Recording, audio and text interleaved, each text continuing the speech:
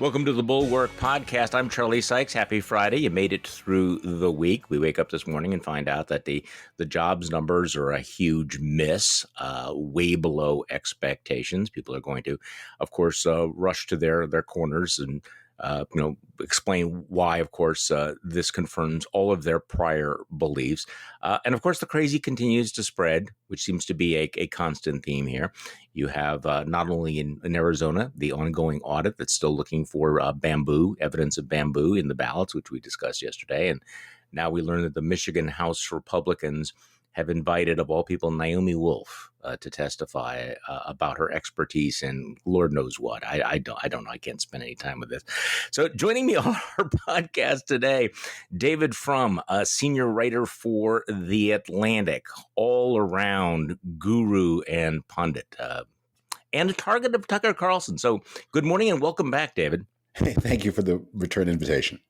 Well, and by the way, congratulations on being fully vaccinated. Before we began, you were mentioning that you and your wife have gotten your lives back. Yes, we are. Just after we finish this recording, Danielle and I are going to get on a train and go to New York City and go to restaurants and have dinner with friends. And because there's a tendency to get, the vet opens the cage and the dog doesn't walk out because he's been in the cage so long. So we're trying to bust up our routine to develop new habits to replace the old habits we accumulated during COVID. I think that's a great idea. And as I was telling you, I've been fully vaccinated for more than a month, and I still find myself resisting doing those things. And maybe I need to do what you're talking about, is finding some way to really break up the habits, because those habits have been so deeply ingrained. I mean, it's been a year of not going anywhere, not doing anything, sort of having the reflex that, well, I'm not going in that place. Well, why not? If you're fully vaccinated, it's the future's now. Well, the genius of science, the incredible resources and mighty productivity of this country have enabled us all who take the vaccines to return to acceptable levels of risk. And we mustn't allow our own fears to push us to demand zero levels of risk. You're right. There's a report that Chinese space rubble is going to start falling to Earth tonight. Mm-hmm. Does one not walk the dog around the block because you're afraid a piece of Chinese missile might conk you on the head? That's a risk. Risk is all about acceptability. And I think the scientists have done their part. The vaccinators have done their part. Now we have to do our part and go back to returning to life. That's maybe the secret to fixing these job numbers, is just enough people have to make up their mind that we had rational things to fear. Now, as Franklin Roosevelt said, we have to fear fear itself. Fear itself is the problem. Well, speaking of irrational, that's a nice segue to talk about what's going on in Washington. I know we've spent time on the podcast talking about Liz Cheney, but I am really struck by how disingenuous so much of the commentary is. The argument that, well, Liz Cheney's real crime is she's distracting us from our main job, which is attacking the Biden administration, when, of course, this coup against her is the biggest distraction. And the other point that you see over and over again, that the problem with Liz Cheney is she just won't let it go.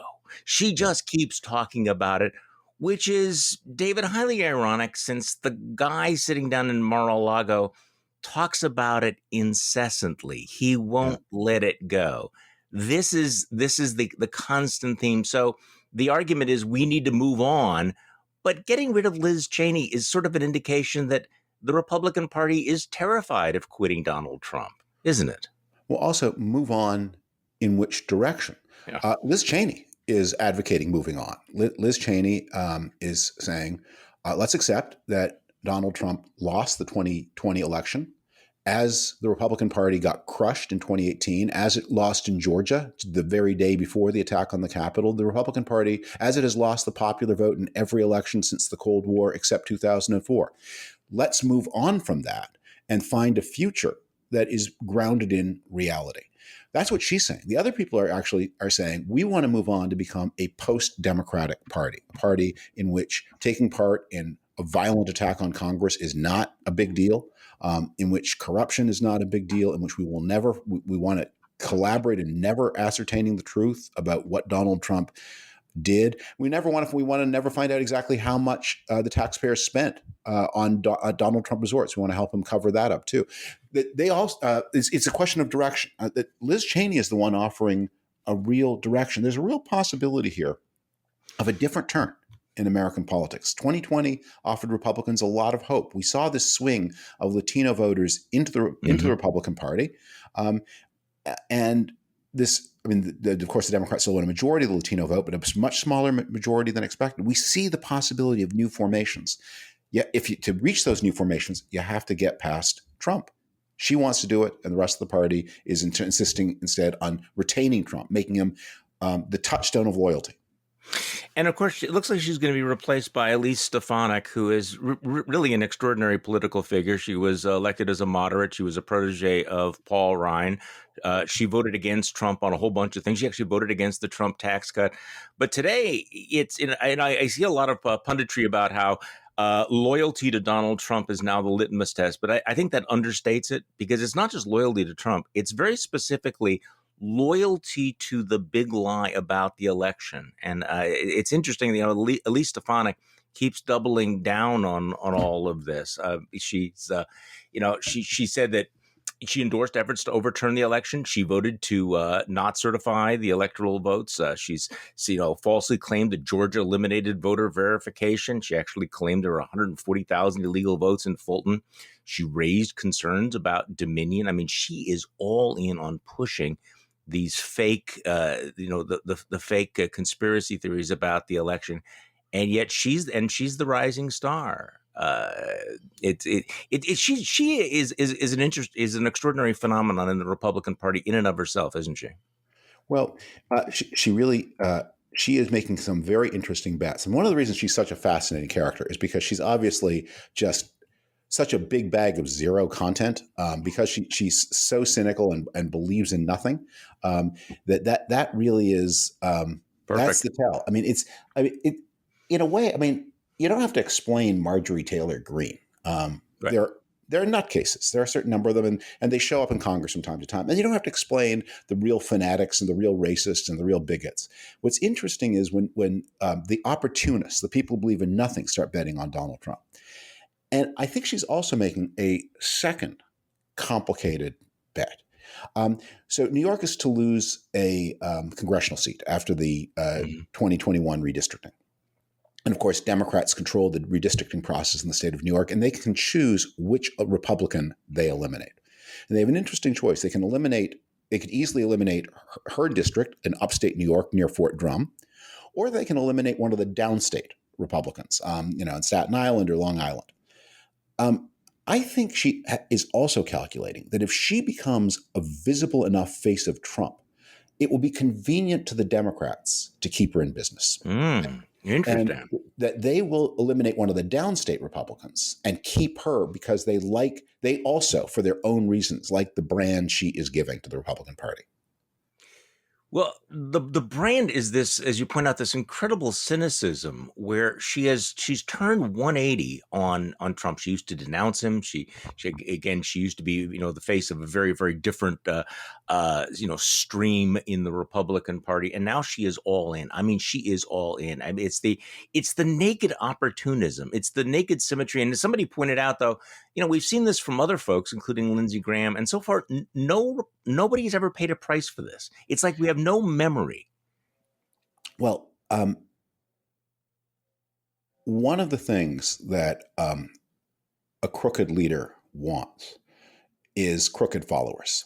That Donald Trump doesn't want real, true believers of the. Interesting. Because real, true believers, in a way that, like Steve Bannon.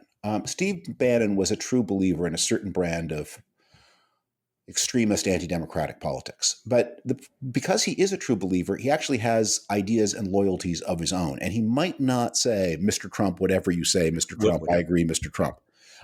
Whereas the craven weaklings, the people who believe in nothing, the Lindsey Grahams, and if Donald Trump tomorrow, we were going to talk shortly about Tucker Carlson. Yeah. Tucker Carlson could tomorrow become America's leading advocate of vaccination. I mean, He could do that without And then he'd get indignant if you ever said he had ever, I mean, that because there is no content, that makes them more adaptable, and crooked leaders like adaptable followers.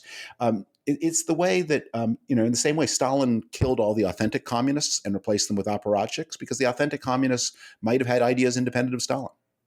So that's a great lead into to the next soundbite that I wanted to play for you. Elise Stefanik, who is clearly about to be crowned as the next House conference chair, is campaigning for the job, and for reasons that are not completely clear to me, decided to go on Steve Bannon's show.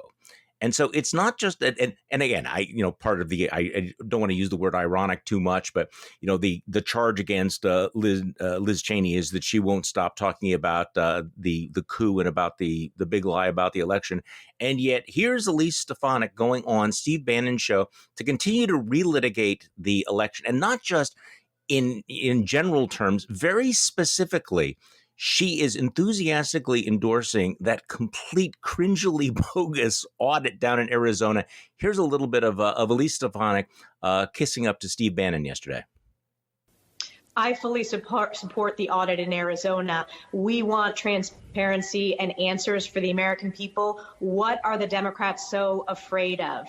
The voters in Arizona and the state Senate in Arizona pursued this audit. I fully support it. Transparency is a good thing. We need to fix these election security issues going into the future. And there she is. So, David, Frum, what is Elise Stefanik doing other than signaling her absolute abject loyalty to Trump and all of his obsessions and conspiracy theories about the election? She's looking for a new donor base on the wilder fringe. I think one of the things that forward-looking Republicans are getting ready for is that they may become rather unacceptable to political action committees and corporate giving, but that may not matter because the internet has shown us the power of the small giver. There's always been a lot of common cause fetishization of the small donor. The sacredness of the person who gives $200 versus the evilness of the person who gives $2,000. My view has always been the person who gives a candidate $2,000 is acting for rational reasons. They want this or that change in railway regulations. They've got this or that concern. They want access. I mean, it's not wholesome, but they're not a nut. The person who gives $200 to a candidate is almost certainly a fanatic. And they're the people who are driving American politics. They give to Bernie, they give to Trump. They've got some monomaniacal cause out of which they get nothing. They're not there seeking some break on railway regulation.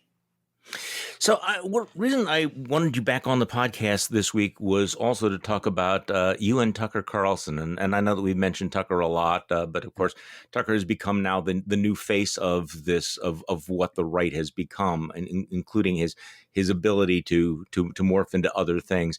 So the other day, he is going on, you describe it on your Twitter account as a complicated excuse and justification for the January 6th attack on the U.S. Capitol.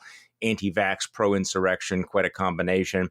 And he's talking about, this woke CIA recruitment video, or what he says is, and sort of along the way, he takes a shot at you, just sort of gratuitous, sort of out of nowhere. Let's just play this because you answered this with a very long response that I found really interesting and illuminating. But let's play the cheap shot against you on this in the middle of this sort of randomly in the middle of one of Tucker's monologues. In real life, they understand perfectly well what actually threatens America. They've seen it up close. It's the culture that produced them. It's the decadent rich people from their class at Harvard. It's the gender studies department at Cornell. It's the cat cafes in Austin and Asheville. What? It's the Monday editorial meetings at the Atlantic magazine, where David Frum is treated like an important intellectual rather than some dopey middle-aged Canadian Twitter celebrity whose life goal is to force America into yet another unwinnable, pointless war. Those are the people who actually detest the country. They're the ones who are working through the night to destroy it. They're the people who are committed to and in the process of excusing violence. So thank you, by the way, for getting up early since you've been working through the night to destroy America, David. But yeah, okay, I'm just going to turn it over to you. What the hell? What was that?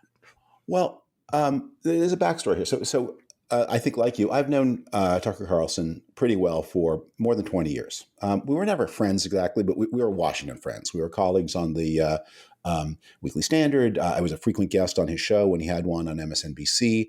He's been to those dreaded cocktail parties at my house. I have a lot of them. He was a frequent guest. We used to lunch together from time to time. And we ran into each other at the Republican convention in 2016 and had a reasonably affable, reasonably cordial conversation. I think that was the last time we spoke face to face.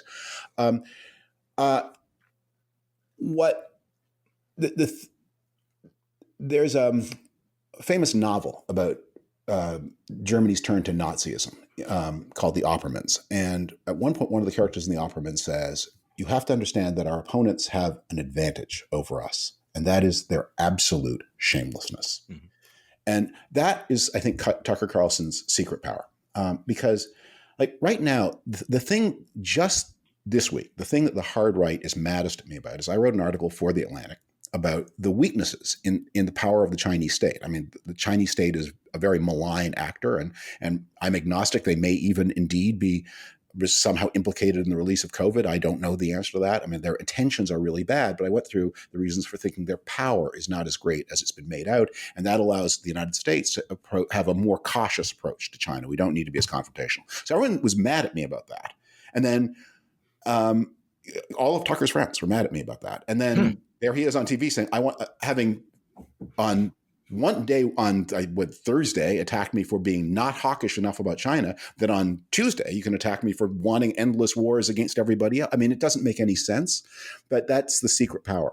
But the thing I wrote about was this. I mean, it is true. I was an advocate of the Iraq and Afghanistan wars, and I've written a lot about that, and I accept the responsibility for that. And if you think that was a mistake, I've never disavowed that, because I think it's once you have taken a public stand and it's had consequences, it's cowardly to then say, sorry, I've rethought. You have to, say, this is my ledger, judge me on it. And I've always taken that view in writing, on TV, and in every place I'm asked about it. This is part of my ledger. And if you think it's wrong, then you think I was wrong about it. Of course, back then, Tucker Carlson was also an advocate of those wars, and in much more ferocious terms than ever I was. I mean, in racialized terms, in contemptuous terms, in terms that welcome civilian casualties, in terms that endorse torture. And he was doing that until deep into the Obama administration. And then another path opened up, and he reversed it. And then said somehow he is going to create this fiction about who he is by maligning everybody who was both more intelligent about what they said, but who's also been braver in the years since by saying, we are going to, I mean, Paul Wolfowitz and others, they said, we're living with this. If you think we were wrong, then you think we were wrong. We're not going to try to duck out the back door. And Tucker's belief is if he just throws enough dust and smut into the air, that he can slip out the back door. And it's cowardly and it's shameless. Well, what's interesting about this is, as you point out, and I had kind of forgotten about this, is that back in the day, Tucker Carlson was in fact a really, as you put it, ferocious advocate of both of those wars. And he really was kind of bloodthirsty. And I remember that radio broadcast description of Iraqis as semi-literate primitive monkeys came out in 2018. That was earlier. And I think, and he endorsed torture without regard to, sure. Long after, the consensus view was that what had happened in 2003 was a panicky overreaction, that it was counterproductive, it was shameful, and after John McCain, who was also a target of Tucker Carlson's hatred, after John McCain led the fight to say we must not use these methods, they don't work, and even if they do, we shouldn't use them. Carlson was enjoying it for the sheer pleasure of watching another human being suffer. At least that was his radio persona. He played the part, but I think he takes the view, look. If I am cast as a cowboy in one movie and as a prospector in another movie, that doesn't mean I was ever really a cowboy or ever really a prospector. I can be all the village people. It's not who I am. I take off my stage makeup and go home and watch baseball. So you wrote the other day, we all rethink, we all evolve, but even as we change, we carry our responsibility for our personal histories along with it. At least I believe that. Not Tucker Carlson. To Carlson, it's all just sounds and images on a box to be spoken, then forgotten. Say one thing today, the opposite tomorrow. Urge a war on national television, then disavow it afterwards, as if it had nothing to do with you. It's cynical, but it's cowardly. And you're basically saying this is what he is. He is like a one-man TV special effect. Yeah. He's kind of a new creature in some ways, to understand the role that he plays, that there is no past, there is no consistency. It is just today. It is just the special effect. And the consequences may be deadly and may be massive for the culture and democracy, but guys like Tucker Carlson just don't care, really, do they? I think his immediate predecessors. I mean, I think Rush Limbaugh was playing a part. Mm-hmm. Bill O'Reilly was for sure playing a part, but they played the same part. They were like the actors on Gunsmoke or some long-running TV special. You watch them age in place, but they were still the patriarch at the ranch or whatever the part was. They played the same role, regularly for a long period of time. So much so that probably parts of the role actually adhered to them. That Rush Limbaugh, the man, became Rush Limbaugh, the radio character, to some degree. Or one of the things that I often say about this is that hypocrisy is a very rare human vice, because it takes a lot of mental energy to believe one thing and say a different thing. That the hypocrite eventually collapses because most people don't have the discipline to be like Iago, to say, I know Othello is innocent and I say he's guilty. Or I know Desdemona is innocent and I say she's guilty. Right, Most people, if they say Desdemona is guilty often enough, they come to believe it. But I think Carlson is that rare person because he's so empty on the inside, unlike O'Reilly and Limbaugh, that he can play a different character. And you saw that with his role on the virus. That early on in March of 2020, he was one of the few people on Fox News to say, this may be something serious. Literally 3 weeks later, he reversed himself and became then the leading COVID denier. He's been an anti-vaxxer all this month. I would not be even slightly surprised if one day Lachlan Murdoch walks into his office and says, look, we've been hearing from Time Warner. They're really upset. We may lose our access to Time Warner cable networks if you keep this up. Please stop. And then just bang, it stops. And it never happened. It never happened. So let's talk about this, because we talked about Elise Stefanik. We're talking about Tucker Carlson, people who have, remade themselves or saying the opposite of what they said before. Let's talk about, though, like you and I have changed our minds on things. We have evolved. You mentioned that we all rethink, we all evolve. So what's the distinction between people who just change their minds over time versus the people who do these kinds of changes? Because they would look back and say, well, who are you to say about consistency? Because you haven't been consistent over the years. I certainly haven't been. Well, I think I try to be consistent, but I'm going to admit I look back and think I was wrong about this. I was wrong about that. How is that different from the Elise Stefaniks and the Tucker Carlsons of the world? I have a spot on my website called Second Thoughts, where I've gathered a bunch of articles about things I've changed my mind about. And I'll give you an example. I wrote an article called I Was Wrong About Same-Sex Marriage. And in that article, I recapitulate my history in the 1990s, writing a lot of things against same-sex marriage. I explain why I thought that at the time. I explain how later evidence contradicted me. That the thing I was worried about was that same-sex marriage would have a feedback effect on the legal institution of marriage in a way that made that caused the marriage bond to deteriorate. I explained why I decided that was wrong. In fact, what happened was we didn't have same-sex marriage and the marriage bond deteriorated anyway. And you saw the collapse in marital stability and the decline in marriage. Even, it had nothing, they were completely separate. And then my conclusion was, since it has no impact on the stability of marriage as a whole, and since it makes a real difference to meaningful human beings, to real human beings, I've rethought. And then the whole thing is there.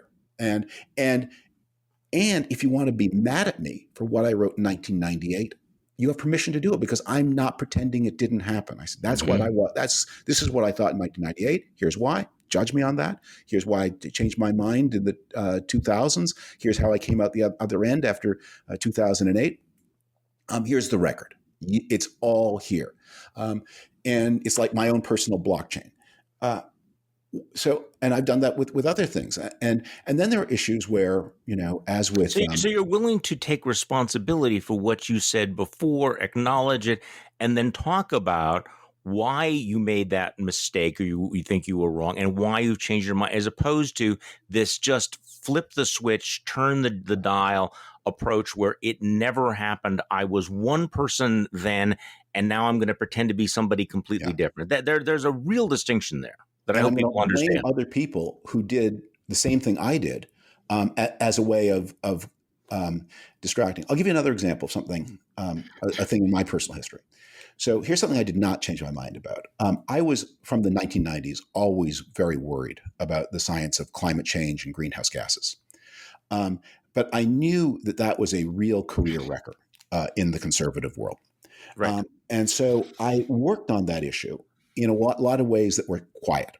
And within the Bush administration, and there was a little caucus of us who tried. Bush had endorsed in the campaign of 2000 some kind of approach to climate change. And there was a real battle in 2001 and 2002 as to whether or not he would make good on that promise. And there was a little node of people who urged him, and I was, I did a lot of work with that small group. We ultimately lost. I left the administration in 2002. And then I began writing about it publicly in 2004. Now, at that point, I didn't talk about the things I'd done between 1992 and 2004 because it seemed like, betraying the confidence of friends and allies. But a time came where, it's 10 years later, 12 years later, I can talk about it. I can talk about what happened then, and I can also do my own advocacy. So there are views where I had them in private, or like guns. I've always had the same view on guns, but I didn't talk about it much before 2013, and I talked about it more after 2013. And I've talked in public about why I didn't, more with the guns and with the climate, why I didn't speak about this before 2013, why I'm speaking about it now. The point is, if you're going to take a public stance, and you do change your mind or appear to change your mind, as I appeared to change my mind on guns by not talking about it and then talking about it. Not that anyone is super interested in you, but you owe an account. It has to be on the record why I did this. Well, and that's why you have the conversation. I was thinking as I was listening to you, though, the intellectual history of civilization is filled with examples of people who have changed their minds. And there's also the reverse tendency that you often see of people who say that if you were once wrong, there's no redemption whatsoever.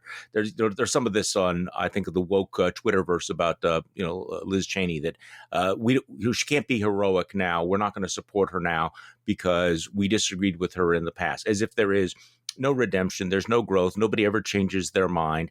I kind of wonder how Twitter would have dealt with St. Paul, the story, or the composer of Amazing Grace, who used to be a slave trader, or Abraham Lincoln, who once liked the idea of colonizing blacks before the Emancipation Proclamation, or all of the anti-communist, all the former communists who became anti-communists.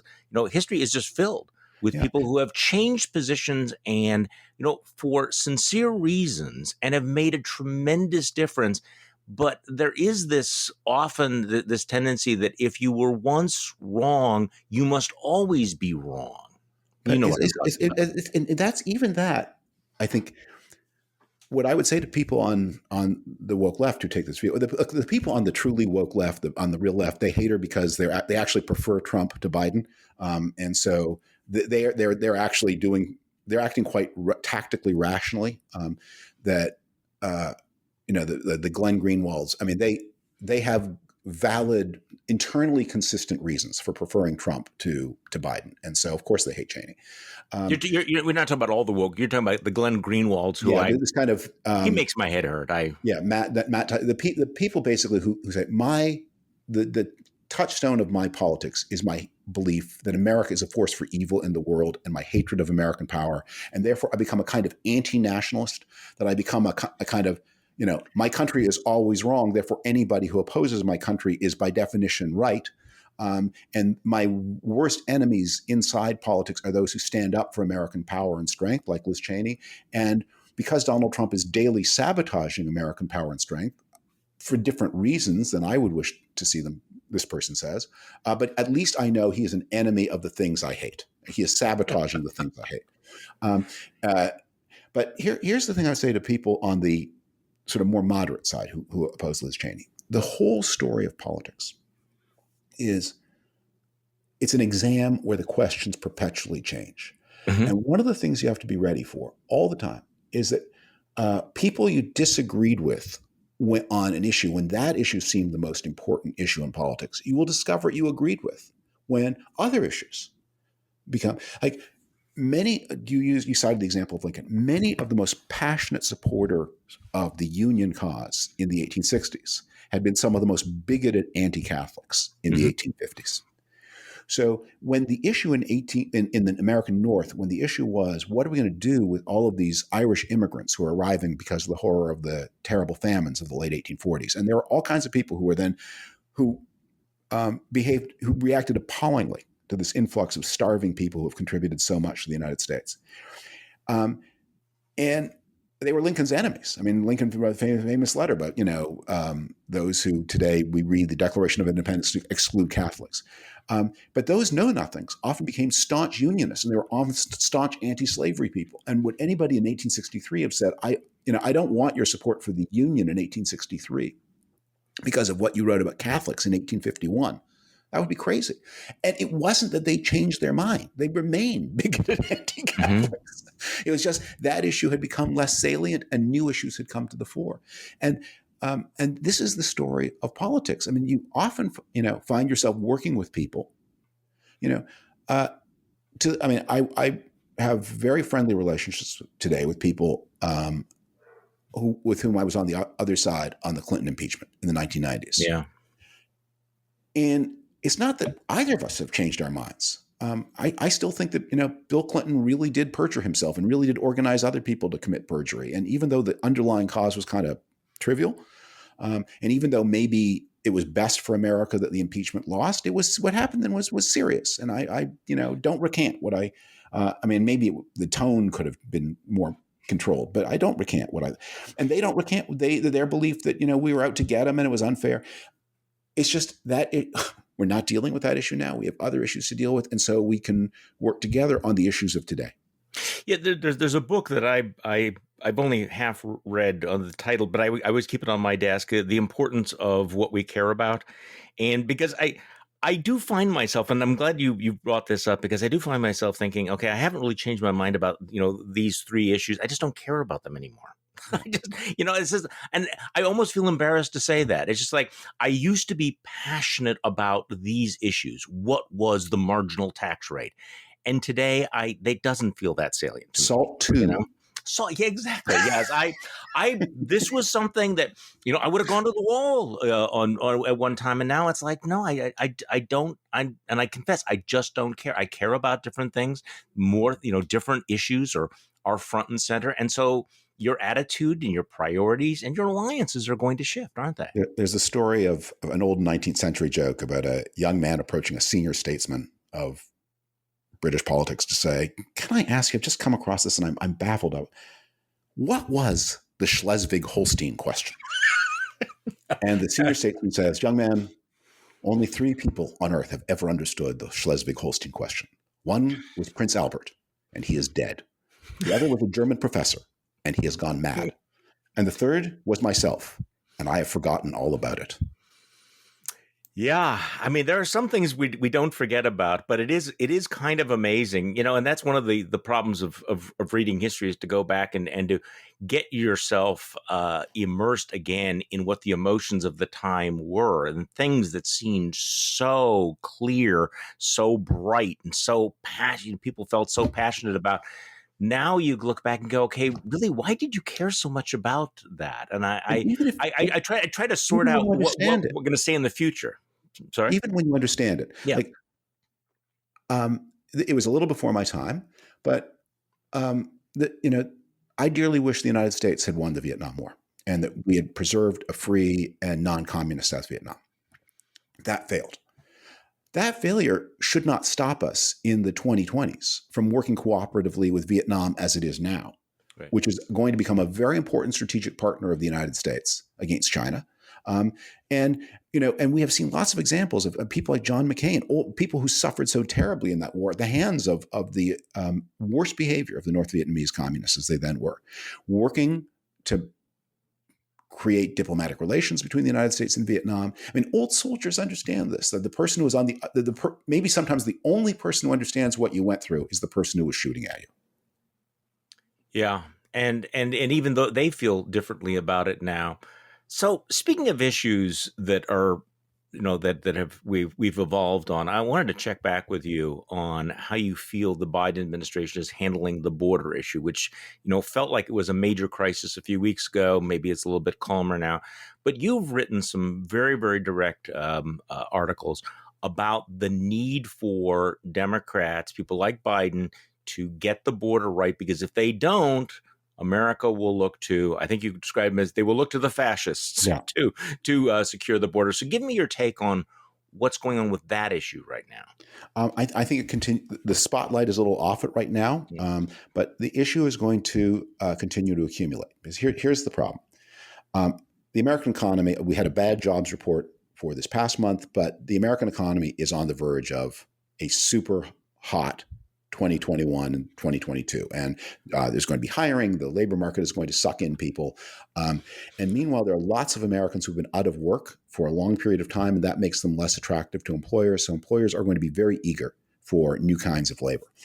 And meanwhile, the rest of the world is recovering from COVID rather more slowly than the United States. And that's especially true in South America, where COVID has been a disastrous thing. And so you're going to have this enormous intake of labor in the United States and this enormous exodus of labor out of South America.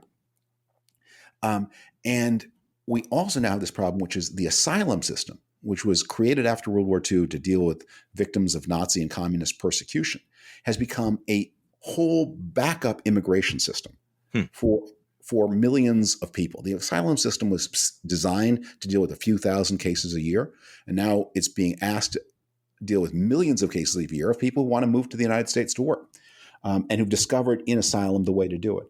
And you're going to have these continuous pressures. And one of the Biden people are very mentally conservative about this issue. They still think that asylum is about dealing with Anne Frank's family. And they are not ready to think of it. This is actually the main way that millions of people all over the world now intend to come to the United States if they can. And so they're going to have and the United States is a job magnet, and South America is is a labor propellant. And these things are all going to come together in ways that need new kinds of thinking. And that's going to be very challenging for them. And it's going to be one of the, once this I think that the 100 days of the first were kind of overture, getting shots into arms. After the 100 days, initiative begins to drift away from an administration. It becomes much more sensitive or responsive to things that other people are doing than things it wants to do. It's going to have a military collapse in Afghanistan, very possibly. It's going to have an escalating confrontation with China, especially if the stories about the China lab turn out to be true. And it's going to have these immigration pressures and maybe inflation. And all of these things are going to be external challenges, and they have to deal with them. And they still think they're in command of the situation. And they're not. They won't be, because you never are. That's not a criticism of them. Lincoln, as Lincoln said, I do not pretend to have controlled events, but freely admit that events have controlled me. Now, speaking of reevaluating things, I remember when you and I spoke back in 2017 after your book came out about the growing authoritarianism of Trumpism and the way that a lot of the sophisticated critics said, well, look, this is overstating it. This is not something to be that concerned about. And for several years continued that argument that, look, you see, the institutions have held up to Donald Trump. All of these concerns were overstated. I wonder how you're feeling about this right now. And I mean more prospectively, watching what's happening with the election laws in Florida and Texas and Georgia, this sort of slow motion transformation of the Republican Party into being most passionate about the issue of, quote unquote, voter integrity, which is the euphemism for restricting access to the ballot box, and whether or not you think that it's overstating it to think that January 6th may have been a rehearsal rather than a one-off. Well, you've said it just now very, very well. The United States has seen before political parties that are doubtful about the value of democracy. And that's the story of the Southern Democratic Party from Reconstruction until the 1960s. And I worry that the Republican Party is evolving into that. And Donald Trump will eventually pass from the scene one way or another. And so a lot of his peculiarities, I mean, the overt corruption, the overt moving money from the public treasury into his personal pocket, that probably won't continue. But it was interesting that Republicans had no language to protest that. I mean, a lot of people could have said, as Steve Bannon sometimes said, I'm with you on the racism, Mr. Trump, but the stealing, is it possible to have the racism without the stealing? Yeah. Could we just stick to the racism, please? Yeah. And so I think you are seeing, a Republican Party that one of the reasons they've been so silent in these early days of the Biden administration is, they talk about Biden's extremism, but they ultimately don't care very much about the fiscal issues. There's a lot of spending, there are a lot of deficits, and Republicans really aren't interested in that. They're much, as Tucker Carlson, they're much more upset about cat cafes in Austin than they are about the largest stimulus spending in the history of the United States, bigger than anything FDR did, bigger than anything Obama did. And Republicans are largely silent. Yeah, cafes, that's what's on their mind. Yeah, the real threat of the cat cafes and the Gender Studies Department at Cornell or whatever. No, I was watching Biden yesterday giving the speech in Louisiana, which was, he's got that low affect, but he's sort of going through, the creation of jobs and, putting hard hat workers back on the job. And I'm thinking that, there's a reason why the Republicans don't really want to be talking about this right now. First of all, they don't, as you point out, they don't care about it. And he really has sort of stolen a march on them because, they were not against infrastructure. And the idea of fixing the country and building the country is going to appeal to a lot of folks. But there is a real disconnect, isn't there? I mean, because the Democrats think that their job is governing and the Republicans think their job is sort of just stoking these fears about, Cornell's African-American Studies Department or whatever it is that Tucker was ranting about.